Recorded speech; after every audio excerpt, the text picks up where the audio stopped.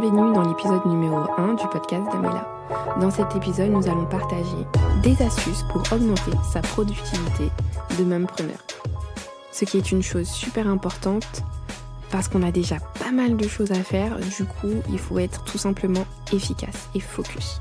Donc voilà, si vous êtes un peu comme moi, vous avez envie d'être avec vos enfants, vous avez en même temps envie d'être à fond au niveau de votre entreprise et le best c'est vraiment d'être dans une maison propre, rangée tout le temps, avec une cuisine équilibrée. En tout cas moi, ce sont mes ambitions. Et il s'avère que dans le quotidien, on ne peut pas forcément tout faire, en tout cas pas le même jour et encore moins seul en fait. Donc on va voir comment faire pour continuer à utiliser ses dons, ses talents, son ambition au niveau professionnel, parce qu'en plus ça profite à tout le monde dans le foyer, puisque si on ramène de l'argent en fait, et qu'en plus on fait des choses qu'on aime, c'est que des good vibes. Du coup je te propose certains éléments que tu pourras t'approprier pour mettre à ta sauce, suivant ta situation. Si ce n'est pas encore fait, tu peux t'inscrire à ma newsletter, tu as le lien juste en dessous de la description. Et tu peux aussi télécharger gratuitement le mémo de 30 activités sans écran pour occuper tes enfants lorsque tu travailles. Ça, c'est en lien aussi avec ce dont on va parler aujourd'hui. Bon alors, je me souviens que au début, j'étais super motivée pour travailler de la maison. Surtout que je me trouve plutôt organisée. J'aime bien avoir des carnets, des plannings, des emplois du temps. Et donc, je me suis dit que je réussirais sans problème. La réalité fut tout autre. J'étais interrompue sans arrêt, soit par les enfants, soit par moi-même qui voyais quelque chose traîner dans la maison ou qui pensait que je n'avais pas fait tourner telle machine, étendu tel linge. Et surtout, les siestes n'étaient pas vraiment au moment où j'imaginais et ne duraient pas forcément le temps espéré. Et le pire des fois, c'est qu'ils ne dormaient même pas. Du coup, au fil du temps, j'ai dû m'adapter à la réalité du terrain. Donc on va voir 3 choses dans cet épisode. La première, c'est comment bien se connaître, comment connaître aussi le rythme de bébé et trouver une manière d'ajuster les choses pour que ça puisse bien fonctionner entre vous deux. Le deuxième point, ce sera savoir prioriser. Et ça, c'est quelque chose de super important pour nous parce qu'on a déjà tellement de choses à faire et tout semble déjà tellement urgent. Et le point numéro 3, ce sera le mindset. Comment avoir une façon de penser qui nous permettra de persévérer et d'être réaliste. Donc alors, ce que je te propose, c'est vraiment de t'observer dans un premier temps. D'observer vraiment quel est ton rythme. Quel était ton rythme avant peut te donner une idée, mais quel est ton rythme maintenant avec ta vie de maman. Et aussi parce que dans notre vie de maman, ça peut évoluer au fil des mois, suivant l'évolution de bébé, mais même aussi au niveau de notre état personnel. Donc du coup, maintenant, quel est ton rythme idéal ? Voir aussi quel est le rythme de bébé et à quel moment tu peux faire en sorte de le faire venir un peu dans le tien et toi aussi venir un peu dans le sien. Donc dans ce cas-là, il faut que tu saches quand est-ce que tu as le plus d'énergie, quand est-ce que tu as un coup de barre, quand est-ce que c'est important pour toi de manger, de dormir, quand est-ce que c'est plus facile de faire telle tâche et de faire en sorte que ce soit possible.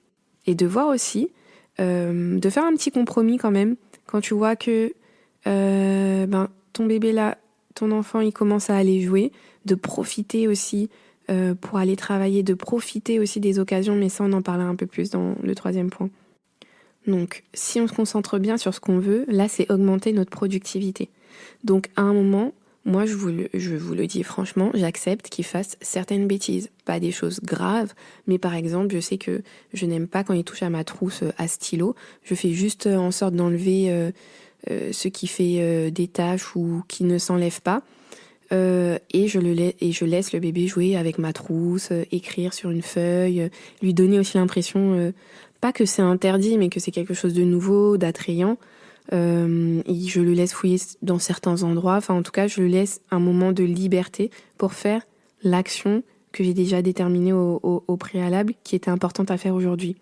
Je fais en sorte aussi de renouveler les jouets chaque semaine, de tourner, de lui apporter des choses nouvelles en fait pour augmenter son intérêt et sa concentration pendant ce moment-là. Après, bien sûr, ça dépend de l'âge de vos enfants, mais en fait, je profite de chaque occasion et comme je vous disais un peu plus en amont, Je profite aussi quand je vois que quelque chose l'intéresse et que j'avais pas prévu de travailler. Tout est déjà prêt pour que je puisse m'asseoir et commencer à travailler si j'ai une occasion.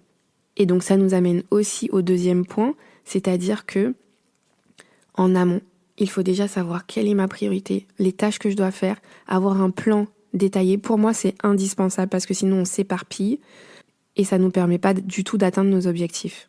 Et ça, c'est quelque chose qui parfois ne vient pas tout de suite, qui n'est pas naturel parce que vraiment on a l'impression que tout est important. Mais au fur et à mesure, on voit de plus en plus aussi les actions qui fonctionnent. Là, je parle vraiment au niveau du travail et on se concentre de plus en plus dessus. Et ça nous permet de garder le cap. Et ce que j'ai appris et ce que j'ai pratiqué avec le temps qui était vraiment pas facile, mais c'est de laisser le ménage, d'avoir vraiment un moment où je fais le ménage, où je range. Parce qu'en fait, moi, actuellement, j'ai 3 enfants. J'ai beau ranger la maison. Je trouve qu'ils sont autonomes et qu'ils sont plutôt sympas au niveau du rangement. Mais en réalité, c'est vite le bazar. C'est-à-dire, on peut se réveiller le matin, alors que la veille, tout était rangé, on s'est couché dans une maison propre. Le matin, ils se sont juste douchés, habillés, préparés, pris le petit déjeuner. C'est un tsunami qui est passé. Alors que, et à chaque fois, je suis quand même restée longtemps étonnée de voir ça. Mais c'est la réalité de la vie de maman avec 3 enfants, ça monte très vite. Donc c'est soit on décide de faire tout de suite et d'être derrière, il y a plusieurs solutions qui sont à votre portée, c'est à vous de choisir celle qui vous va le plus. Moi, je préfère le faire une seule fois, une bonne fois pour toutes, et après, quand c'est des petites choses, passer derrière. Et il y en a qui passent toujours derrière, comme ça ne s'accumule jamais. C'est à vous de choisir une organisation qu'il vous faut pour le ménage, mais l'important, c'est que le ménage, surtout quand on travaille de chez nous, ne prenne pas tout votre temps. Parce que de toute façon, ça ne finira jamais. En tout cas, moi, je considère qu'une maison, ça ne finit jamais. On peut toujours l'améliorer, il y a toujours des choses à faire. Donc à un moment, pour avancer, c'est savoir le laisser de côté. Et ça, c'est quelque chose, je me souviens, qui avait été très difficile pour moi. Vous pouvez aussi, pour vous aider à vous détacher au niveau du ménage, vous trouver un coin à vous, où là, par contre, personne ne vient mettre son bazar, ses affaires, c'est un coin à vous. Comme ça, vous savez qu'il sera rangé, qu'il va vous accueillir aussi quand vous en aurez besoin. Et ça vous permet aussi de lâcher un peu plus. Ce que je vous conseille aussi, c'est de faire le maximum en premier. La chose la plus importante. Quand je vous dis en premier, c'est je parle plutôt du matin, mais ça peut être également le moment où vous commencez à travailler, vous faites les choses les plus importantes dès le départ. Et je vous répète que ça veut dire qu'en amont, vous savez déjà que c'est cette tâche-là que vous ferez quand vous vous mettrez à travailler, grâce à votre plan. Donc prévoir, organiser autant que faire se peut, investir dans des outils s'il le faut pour gagner du temps et de l'énergie. Moi, j'aime beaucoup les agendas parce qu'en plus, j'aime écrire et j'aime bien mettre des images, des autocollants parce que ça me permet aussi de m'évader et d'avoir l'impression d'être dans la créativité. Et parce qu'aussi, je suis très visuelle. Mais ça peut être sur l'ordinateur ou n'importe quel outil. Le 3e point que je voulais voir avec vous, c'est votre manière de penser. C'est super important. Restez dans l'optimisme, la positivité, voir en fait que les choses, elles vont s'améliorer parce que déjà, les enfants grandissent super vite. Donc du coup, on n'aura pas du tout les mêmes problèmes. Et c'est vrai que ça demande une constante adaptation, mais en même temps, ça en vaut le coup. En tout cas, moi, je suis tellement contente d'être avec eux que c'est vrai que je m'arme de patience dans les moments les plus difficiles. Acceptez aussi que la lenteur qu'il y aura à certains moments. Pendant certaines périodes, vous aurez l'impression de pas avancer, mais en fait, si vous avancerez toujours, que ce soit surtout dans les périodes où on a l'impression d'échouer, en fait, il y a des grandes leçons pour moi qui en ressortent et qui nous rendent plus forts, avec beaucoup d'humilité aussi face aux autres et face à nous-mêmes. C'est juste voir comment on peut améliorer les choses pas à pas. Parce que c'est sûr que c'est plus pareil que quand on était seul et ça demande de réapprendre beaucoup de choses. Et je trouve que c'est quelque chose de positif parce que ça nous met aussi au niveau de nos enfants qui eux sont en train de tout apprendre en fait et à quel point des fois ça peut être difficile pour eux ou en tout cas challengeant de mettre en place un nouvel apprentissage. Et ce que je voulais vous dire aussi, c'est quelque chose qui me motive énormément, c'est que les enfants pour moi ils nous aident à avoir une rigueur. Parce qu'en fait par exemple quand ils vont à l'école, quand ils rentrent on sait qu'avant qu'ils rentrent il vaut mieux qu'on ait fait la liste de choses qu'on avait à faire. Quand ils vont partir, même des fois quand ils sont là, moi ça me motive énormément, je sais pas, ils m'apportent une énergie, quelque chose que j'aime bien. Et en dehors du fait que des fois souvent on veut améliorer notre vie aussi par rapport à eux. Moi, j'ai aussi envie d'être une inspiration pour eux, pour leur avenir. Donc du coup, moi, je trouve que ça m'a apporté encore plus de rigueur d'être maman parce que j'ai des deadlines encore plus serrées que quand j'étais seule. Ou des fois, j'avais des journées entières où j'aurais pu faire plein de choses et en fait, je me disais non, mais j'aurai le temps demain. Avec les enfants, tu sais qu'il y a certaines choses, vaut mieux pas repousser. Et ce qui est important au niveau de notre manière de penser, c'est de faire en sorte que les choses soient le plus fun, qu'il y ait le plus de joie possible, le plus d'amour, parce que ça nous aide à garder de l'énergie. Et si on peut aussi apprendre à déléguer certaines choses, apprendre à lâcher sur certains points, je pense que ça nous aidera encore plus. Et on dit à bas le perfectionnisme, parce que là, on est juste en mode, quand ils sont petits, avancer le mieux possible et s'améliorer au fur et à mesure, mais être dans l'action.